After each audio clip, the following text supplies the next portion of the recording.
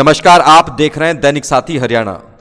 परिवहन विभाग के रेवाड़ी रोडवेज बस स्टैंड पर प्राइवेट बस ऑपरेटरों को लाभ पहुंचाने के आरोपों के मद्देनजर एक ही दिन में 2 दर्जन से अधिक बसों के फेरे मिस होने के मसले ने तूल पकड़ लिया है।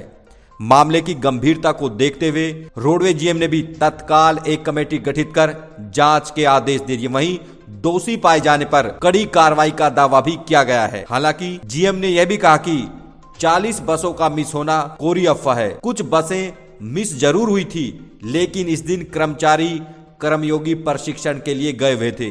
जीएम ने प्राइवेट ऑपरेटरों को लाभ पहुंचाने के आरोपों को पूरी तरह से बेबुनियाद बताया। नियमों के उलट जूनियर चालकों को बस स्टैंड पर तैनात करना व 7 ट्रेनिंग बसों में से कुछ के नहीं चलने जैसे तमाम सवालों के जवाब रेवाड़ी रोडवेज जीएम देवदत्त की ओर से दिए गए।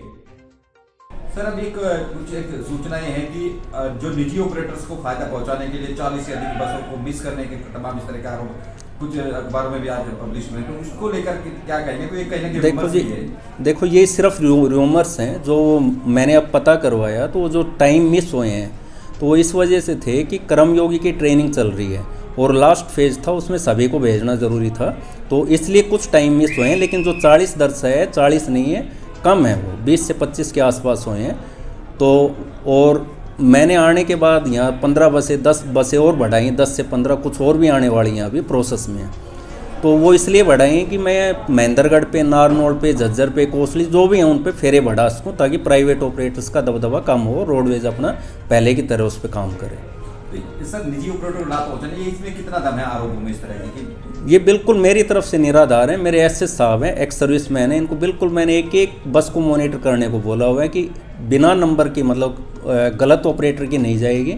अपनी एक रोडवेज है, एक उनका, बिल्कुल जिसका जो टाइम है उस पर जाएगी। उनको बिल्कुल भी हम मौका नहीं देते हैं। अगर हमारी बस मिस है तो हम उनको लगने भी नहीं देते हैं उस टाइम पे, कि वो अपने समय पे लगाएंगे। एक महेंद्रगढ़ का उसमें ज़्यादा नाम आ रहा है, क्या उस पर ज़्यादा इश्यूज इस तरह के आते हैं या इसमें जांच भी कराएंगे? बिल्कुल, इसमें मैंने आदेश पारित कर दिए, कमेटी भी बनाऊंगा मैं और जांच करवा के इसमें कि कहाँ पे चूक हुई है। अगर हमारी तरफ से कोई इसके अलावा भी कोई चूक है तो उसको दुरुस्त किया जाएगा और जो दोषी हैं उनको विभागीय कार्रवाई की जाएगी उसमें। एक और उसमें जूनियर चालक और सीनियर चालक की बात आ रही है, जूनियर चालक को यहाँ रखा जाता है, सीनियर को बाहर नहीं। अभी तक तो ये है जी, जो सीनियर चालक हैं सारे यहीं बैठे हुए हैं और जो जूनियर है वो काम कर रहे हैं। और कुछ ऐसा होता है कि हर जगह आप देखोगे कि हर जगह सारे बुजुर्ग काम नहीं कर सकते, हर जगह जूनियर नहीं कर सकते, तो दोनों का समावेश होना ज़रूरी है।